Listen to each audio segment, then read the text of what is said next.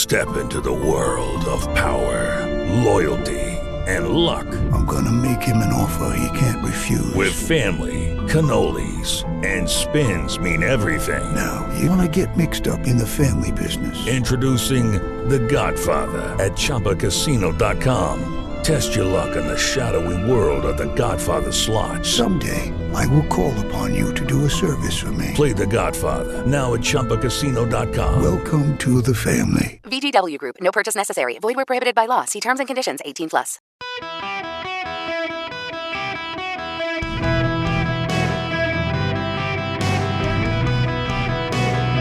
Welcome to the Eric Erickson Show podcast, Hour 2. Hello, America. Welcome. It's Eric Erickson here. Delighted to have you with me. The phone number, 877-973-7425, should you wish to be on the program. Just as an aside on a programming note real quick, I mentioned this in the first hour. Charlie has returned. Try not to say nice things about him on the radio. But my gosh, it's good to have him here. The show just seems to function better with him here. I mean, Philip and I, we can keep the lights on and Jim keeps the board going. But every once in a while when Charlie leaves, it kind of makes me feel like, it's my company and it's my show, but I feel like the boss is gone.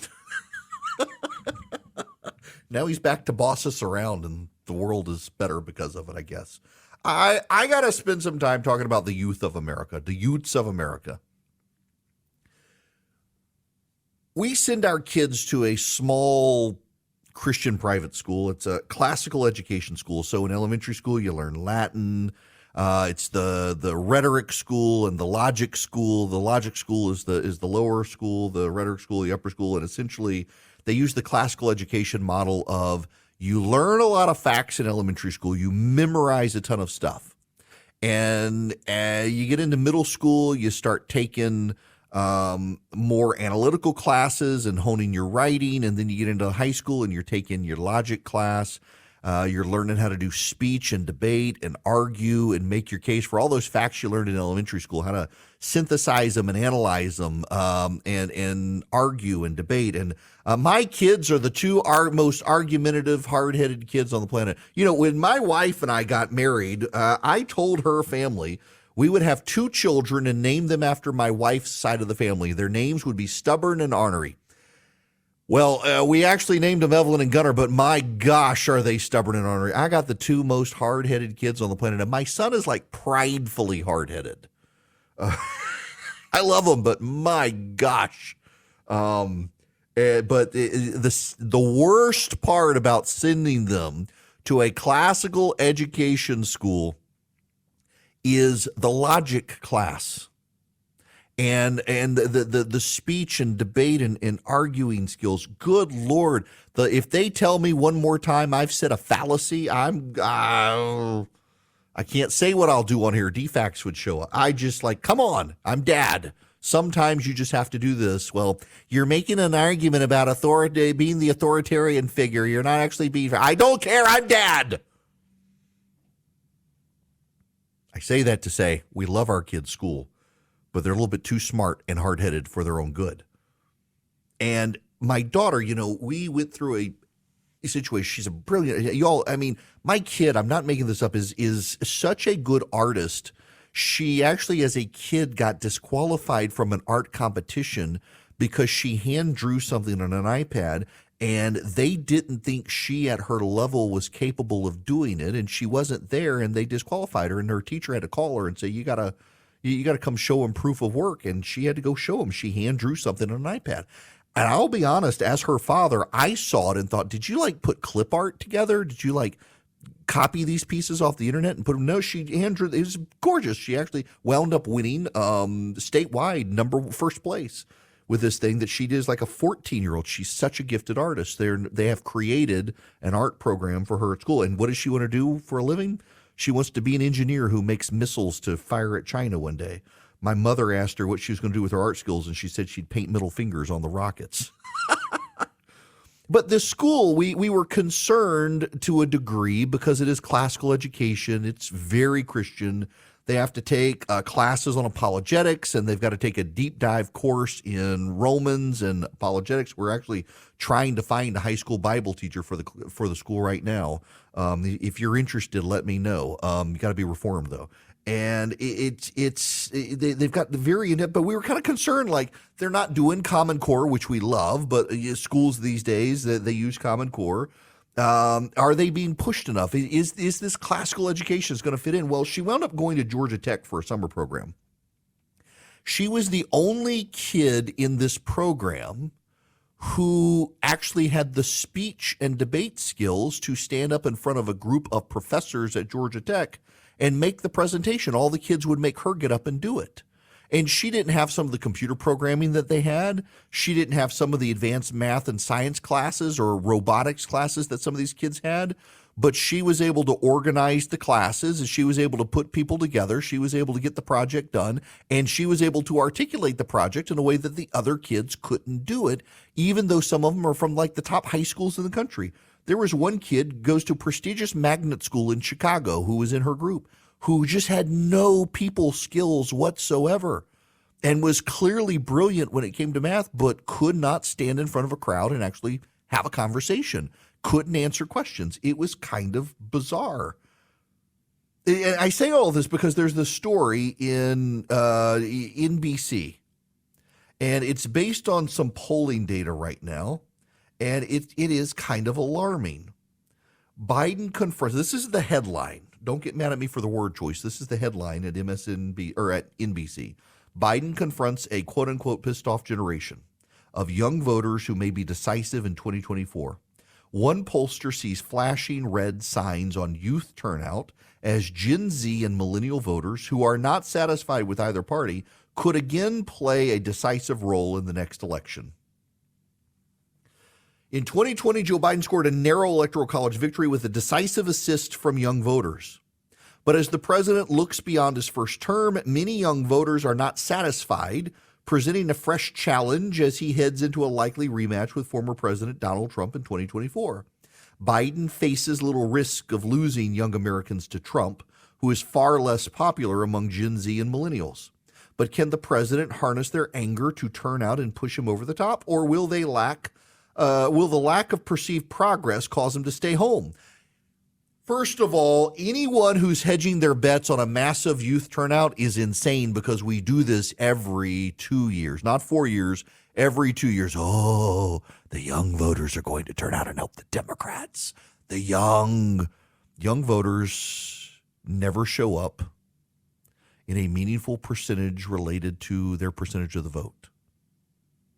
You can say they pushed Joe Biden over the edge in 2020 because they showed up and didn't vote for Trump decisively, but it's not like they overwhelmed the polls. Young voters don't show up. And as they get older, young progressive voters become middle-aged moderate voters who become older conservative voters, and old people turn out more than young people.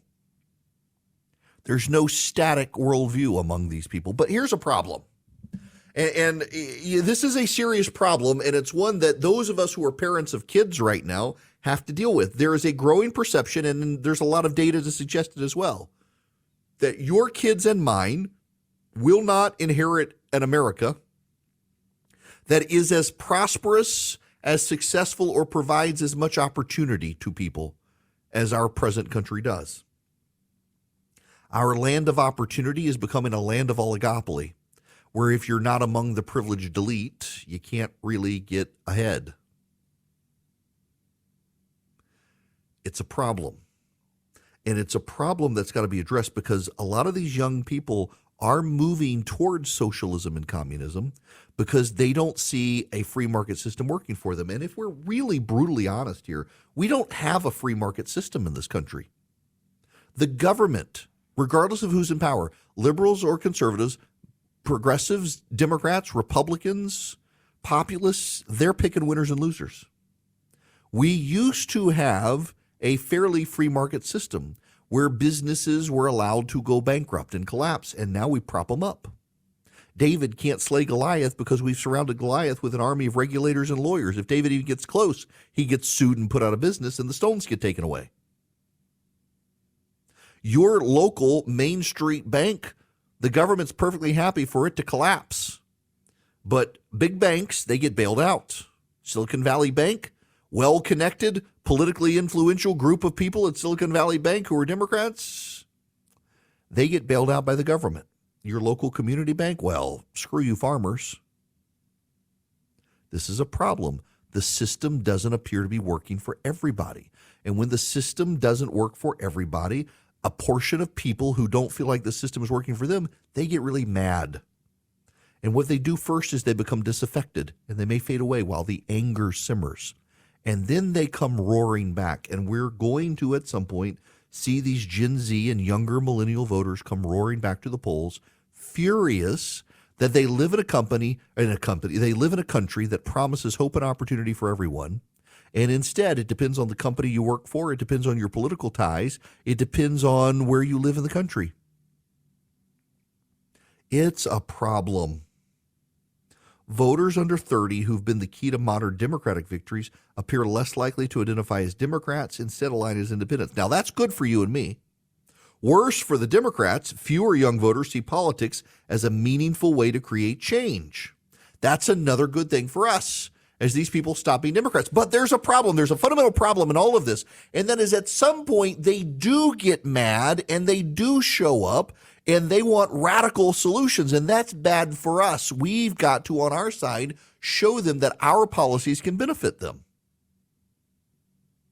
I actually like George W. Bush. Not my favorite president, but I thought he did a pretty good job given the circumstances. He comes into office, and within 8 months of being elected president of the United States, the country goes to war over 9/11. And he spent most of his time on 9/11. One of the genius things he tried to do, blocked by Republicans, was privatize Social Security. We can have a lot of young people getting the real benefits from the free market system that we do have in this country through the stock market, benefiting their Social Security. And Republicans, not just Democrats, Republicans killed that initiative. And now more and more young people don't think they're going to have Social Security, and they're probably not unless we reform it. We used to live in a country where everyone kind of agreed there's no fixed pie. We can grow the pie. We grow the pie, and everyone can get more pie. We live in a world now where the elite, particularly the progressive Democratic elite, believe the pie is a fixed size. And we can't make more pie. We can't make a bigger pie. We have a fixed small pie, and they want the younger people in the country to get less and less of a share of it. And they use the government to block the innovators and the entrepreneurs. They send your kids to school now not to be educated, but to be indoctrinated into gender unicorns. And the young people are starting to get very angry about it. The boomers can't let go of power and are not doing very good with the power they have. And the young people are feeling left behind. They're angry. And they may sit out the election in 2024. Now, that's good for you and me, because a lot of young people, they do vote to the left. But eventually, they become radicalized and angry. We live in a nation where you and I, our parents knew, if you're in your 30s and older, your parents knew that you would probably live in a country better and more prosperous than the one they were in. But if you're in your 40s and 50s and you have kids in their teens and 20s, you live in a world where it's increasingly likely your kids won't live in a good, thriving economic place, because the decisions of our political leaders have decided they got to stop growing the pie for climate change and a host of other reasons. They got to stop providing wealth and opportunity for the coming generations. They are less likely to be meaningfully employed when they get out of college. They are overwhelmingly likely to have high student loan debt. They are overwhelmingly likely to have to stay home with their families, or live with their parents, all of these things. And these are the economic decision-making choices of the boomers who are in charge in Washington, D.C., bringing this to people, and it's going to eventually cause a backlash. Conservatives would be very wise to figure out how to navigate this issue and lure these young people to our side, and there is hope. You know, younger men are increasingly becoming conservative. Young women are increasingly becoming more liberal, but young men increasingly becoming conservative. And when they enter into organizations and in groups where they can date and find a partner and get married, they tend to make that person more conservative. Even as they may moderate somewhat, the person they marry, the woman they marry, tends to be more moderate and move to conservatism. That's a good thing. Marriage is a stabilizing institution. Conservatives should be able to weave all of these data points together to be able to blast the economic, cultural, and social agenda of the left and win these votes for themselves if they just put their mind to doing it and actually have a messenger who can articulate that message. Hello there. Welcome. It is Eric Erickson. Your calls are welcome. 877-973-7425. You've probably heard about Vivek Vivaswamy, who he'll be at the gathering. Doug Burgum and Vivek Ramaswamy are essentially incentivizing donations. Now, Vivek has raised enough money to get on the debate stage. The Republicans decided they were going to essentially copy what the Democrats have done in the past for their debate stage. It wasn't a bad idea just because the Democrats came up with it. Essentially, you had to show that you had raised, I want to say 40,000 small dollar donors. That is, you had 40,000 people who gave you money. Small dollars, not the massive contributions to super PACs, but to your campaign. You had to have 40,000 unique donors to get on a debate stage for the first debate. And it'll be an escalating scale that goes up. Vivek Ramaswamy has gotten there. Doug Burgum has not. So Vivek has come up with this idea now. He's going to give you 10% of any money you raise. So if people donate to his campaign because of you, you get 10% of their money. I don't know exactly how it's going to work. The lawyers said it was legal. Some lawyers think it's going to cause Federal Election Commission problems for the people. I don't actually think it will. So if you bundle money, bundling is you and a group of people, you pull your money together and you give it as individual donations, but you've collected it from people. That's called a bundler. But the bundling disclosure rules only apply if you're also a registered lobbyist. So I think legally he's on sound ground, but it could cause complications for reporting requirements. Burgum is also on legally sound ground. If you give him $1, he's going to give you a $20 gift card. You give Doug Burgum $1, he's going to give you a $20 gift card. This is all a ploy to get him on a debate stage because he's got to have 40,000 donors. Now, it looks like Vivek Ramaswamy, Tim Scott, Nikki Haley, Mike Pence, Ron DeSantis, and Donald Trump have cleared the threshold. I think I read this morning that Chris Christie has as well. We'll see. Right now, let me tell you about the Eden Pure Thunderstorm. The 3-pack is back. You can get 3 of them for less than $200 at EdenPureDeals.com. What you do is you go to EdenPureDeals.com and you put in the discount code ERICK, E-R-I-C-K. And you'll see the Eden Pure 3-pack. Put it in your cart. Check out the Eden Pure Thunderstorm. It's an air purifier, and it's an odor eater. It eliminates odors. It's not like an essential oil or something that just masks the odor. It wipes out the odor. So you get a dead animal on the wall. That's my favorite example of late that I know people use it for. Or smoky odors in a rental car or something. You can plug it up with a USB cord, or you can plug it into a wall. It's small. It's very portable. Hold it in your hand and let it wipe out odors. Go to EdenPureDeals.com. Put in the discount code ERICK, E-R-I-C-K. Get 3 of them for less than $200. Hello there. Welcome. It is Eric Erickson here across the nation. The phone number is 877-973-7425. If and you want to be on the program, you're more than welcome to be on the program. I would be happy to have you. But we also have to move on to other news. I want to play for you an ad. It's a YouTube ad, and it's put out in Iowa. A lot of people are wondering, how do you persuade people to vote for someone other than Donald Trump? Republicans have that problem, and I've talked to a lot of the campaigns. And the campaigns, it's very fascinating to me that all the campaigns are privately of the mind that the only person who can do anything is DeSantis, that he's got the money and the name ID to be able to do it. There's some level of frustration. They don't feel like he's doing it. I think the DeSantis campaign is trying to figure out how to do it. This is from a PAC in Iowa related to the DeSantis campaign. Now, I understand the sensitivities involved. This is not a segment attacking Donald Trump, but this is a segment on, for those of you who are wondering how best to go about persuading someone. I've said all along, the Chris Christie attacks on Trump, that sort of stuff is not going to be effective. I mean, people know the attacks. That helps Donald Trump. You got to persuade people, though, that maybe it's time to go in a different direction. This ad has hit the airwaves in Iowa. The ad is simply titled John, and it's an interview with a Trump voter. I'm not really a fan of what's going on right now. I mean, the Democrats are just unbelievable. It's a mess. It's a hot mess. I love Donald Trump. I love what he did. Once he got in, I thought it was a breath of fresh air. He was attacked all the time, and it seemed like, it just seemed nonstop. The drama, it affected my family. I mean, with my own sister, I didn't get invited to her Thanksgiving after a while. He's got so many distractions. The constant fighting, something every day. And I'm not sure he can focus on moving the country forward. The election is really important because we're going in the wrong direction. I mean, we definitely need somebody that can freaking win. I think you'd probably lose that bet if you voted for Trump. You want somebody that's smart, who actually knows how to build teams to solve issues, focus on the issues that really need to be fixed. Winnet Backpack is responsible for the content of this ad.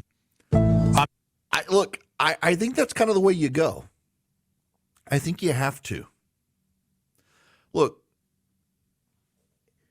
every one of the Republican candidates running has flaws. All of them, including Donald Trump's got flaws. Trump yesterday was interviewed in Nevada and asked, the question was, you lost Nevada in 2016 and in 2020. How do you plan on winning Nevada in 2024? And his response was, I think I won the last time. I think I won both times by a lot. This is a state that is disgraceful. We sued on the basis of they robbed the vote at a level. We had a lawsuit that was so good and the judge didn't want to see it. He didn't even want to see it. I don't. This is the actual question, just so you know. So let's talk Nevada. Governor Lombardo lost Clark County by 6 points. He lost Washoe County by 2 points, yet he still won the governorship. Additionally, he's recently signed legislation that awards $25 million to the Culinary Union. The Nevada GOP believes that the money is going to be used for ballot harvesting.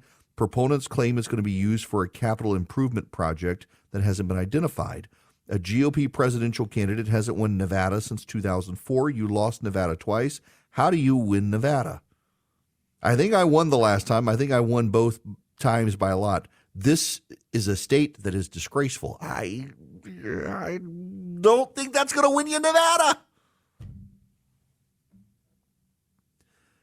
But the other candidates have problems as well. Listen, I've invited Chris Christie to the gathering in August. Chris Christie wants to be on a debate stage attacking Donald Trump. I don't think attacks help against Donald Trump. I think there's a persuasion case. That's why I like that ad called John.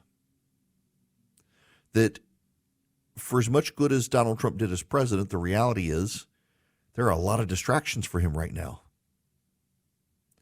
For all the money he raises to run for president, a lot of it's got to go to pay his lawyers now because of all these indictments. And Fannie Willis, the district attorney in Fulton County, Georgia, is meeting with her grand jury today to try to get them to indict Donald Trump. That'll be a third one. By the way, I do think these indictments have a half-life. I think that the first one, that Alvin Bragg's stupid lawsuit in New York, and by the way, even the Democrats believe that's a crap indictment. That rallied people around him. You didn't get as much rallying around the second one. I think you'll get even less around the third, even less around the fourth, but you'll still have some. The other candidates, though, how do you raise money? So there's a resurgent look at Nikki Haley right now. The New York Post is running a big story on Nikki Haley. She's getting her time in the spotlight, which is good. I'm a friend of hers. I like Nikki Haley. I went to her announcement. My daughter and I went and sat with her family at her announcement. Nikki Haley, Fantastic candidate. Nikki Haley would be a fantastic president of the United States. She's been able to raise $7 million, I think it was, in the last term. Now, granted, it's less than DeSantis, it's less than Trump, but she's polling in single digits and raised a pile of money. Good for her. Nikki Haley, I'm trying to get the exact number here. Yep, $7.3 million. And then there's even more when you add in her super PAC, $16 million total. That's good. She's going to get a second look. Tim Scott as well. He's going to get a second look. The problem for Scott and Haley, frankly, is that they're both from South Carolina. And South Carolina is going to be a big state to win, and the two of them dividing it up makes it more likely that a Donald Trump gets South Carolina's winner-take-all numbers. And then the DeSantis campaign comes in, and the three of them divide it up, in addition to all the other people. Everybody's got to find a path forward. Chris Christie says that path goes through Donald Trump. Yeah, it does, but how do you go through Donald Trump? I think you got to do like what this ad does with John and say he did a lot of good. I voted for him. But we got to go a different path to beat Biden. I mean, the ultimate issue here is every election cycle. I stopped saying this. I used to be one of these people who says, oh, this is the most important election of our lifetimes. If we don't win this election, it's over. I used to be one of those people. And then I finally started, this is needlessly hysterical. The country has not come to an end after the election. So we survived Obama. We will survive Joe Biden. I was talking to a friend last night who said, honestly, I think the country's lost.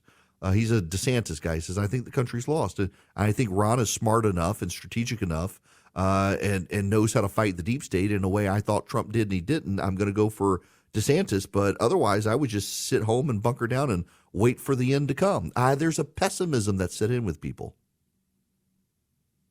And I do think that's one of the things that all the candidates have to understand is you got to meet the voters where they are. And there are a lot of pessimistic, angry voters right now who think this country is moving further and further away. I tend to not agree overall, but I understand the underlying parts of it. And I do agree in part, particularly when you look at how the deck is stacked against small businesses in this country right now. And how you as a parent, if you want your kid to get good education, you listening to me right now, if you are a grown-up who owns property, you are paying for the public school systems of America. And what are you getting as a return on that investment? A school that tells your children about gender unicorns instead of the alphabet, who focuses on the alphabet gang instead of reading and writing, that doesn't teach your children math because math is suddenly racist. This is what you get with your investment in public education in this country right now. You have to spend additional money. You're already paying for the public school system, and you got to send your kid to private school or give up your job and stay home and educate your kid through homeschooling to get your kid a good education, because the public schools of America collectively are failing. That's not to say there aren't some good public schools and charter schools. There are, when they're open in the South.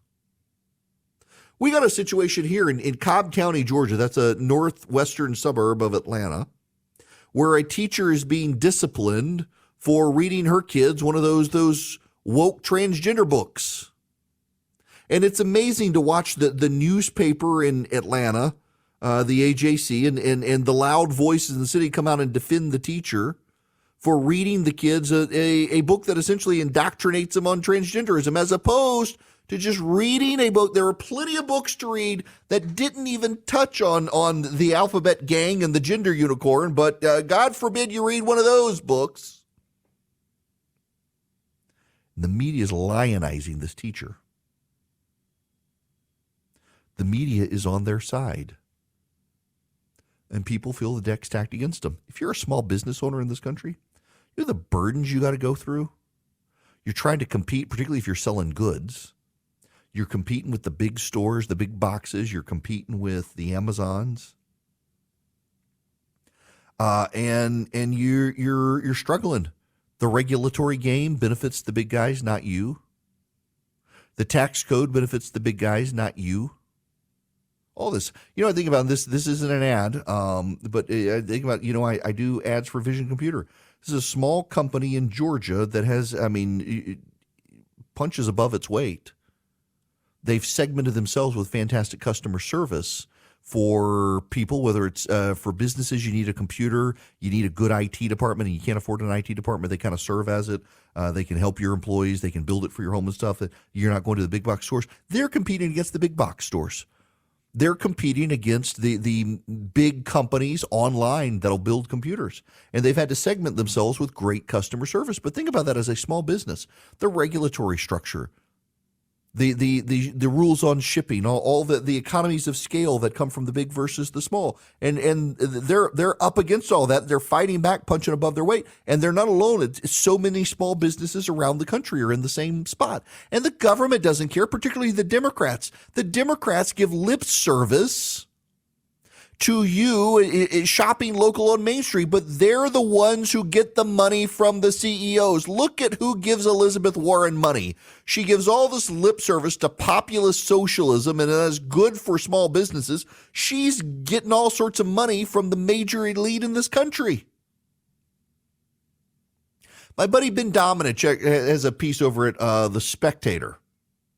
He's pointing out Jimmy Kimmel has some $7 million fly fishing lodge in Idaho, and he had a bunch of celebrities out at his place. Jennifer Aniston was there, Kristen Bell, Jake Tapper from CNN was there, and Jimmy Kimmel, a bunch of actors and actresses.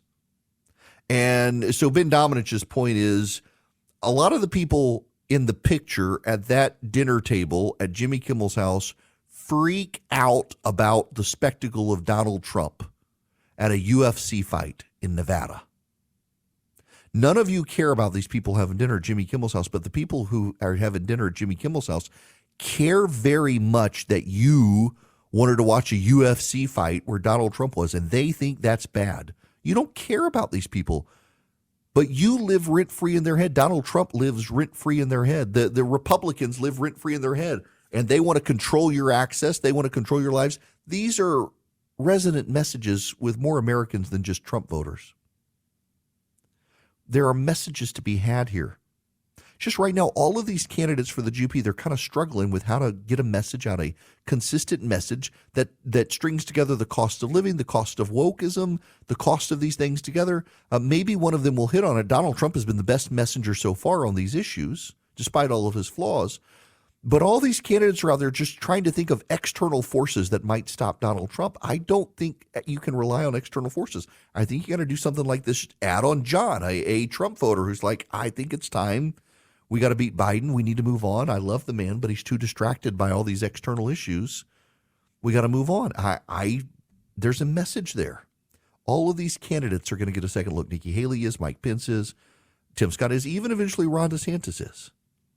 But when the second look comes, will they be ready with a unified message to be able to persuade people to beat Joe Biden? You need them. I don't know that they will, but they need to get ready. They got a debate coming. They got a month. People are really going to start paying attention once their kids get back in school, and that time is coming. It's time to prepare.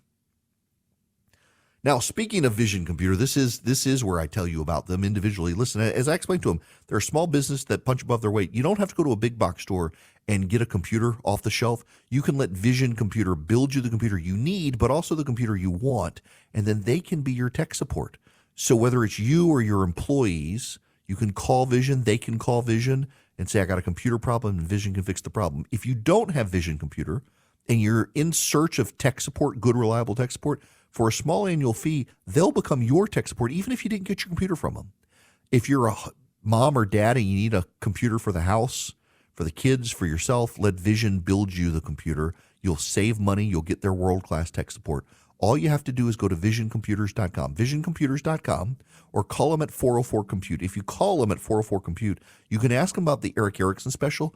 You don't even get that on the website. Just call them, 404-COMPUTE. See how quick they answer the phone. They do that with tech support as well. Great company, great computers, great tech service. It's their customer service that sets them apart. Visioncomputers.com or 404-COMPUTE. All right, Republicans, I'm encouraged. Glenn Youngkin, the governor of Virginia, has put out this video this morning. Hey, it's Governor Glenn Youngkin. We're making Virginia the best place to live, work, and raise a family. And to take us to the next level, I need your early vote this year. We can't go into our elections down thousands of votes. And you can secure your vote before Election Day. Join the permanent absentee list or make a plan to vote early by mail or in person. We've made it easy to do at secureyourvotevirginia.com. It's time to go to work. Governor Brian Kemp of Georgia echoing this. Republicans, you've got to get on board early voting. You used to win the early vote. You used to win the absentee vote. And about a decade ago, you stopped engaging. And now Donald Trump is vehemently opposed to early voting and absentee voting, says he wants to devote no time or energy to the early vote. He wants people to show up on Election Day. You will lose if you do that. You've got to win the early vote. You have got to show up early. Glenn Youngkin has a big legislative election this year in Virginia for their state Senate. They want to win the state Senate. The Virginia Democrats in their primaries went far wackadoo left. I mean, seriously socialist left in a lot of districts. And the Republicans using that to their advantage and now doing early voting good. More early voting, please, please.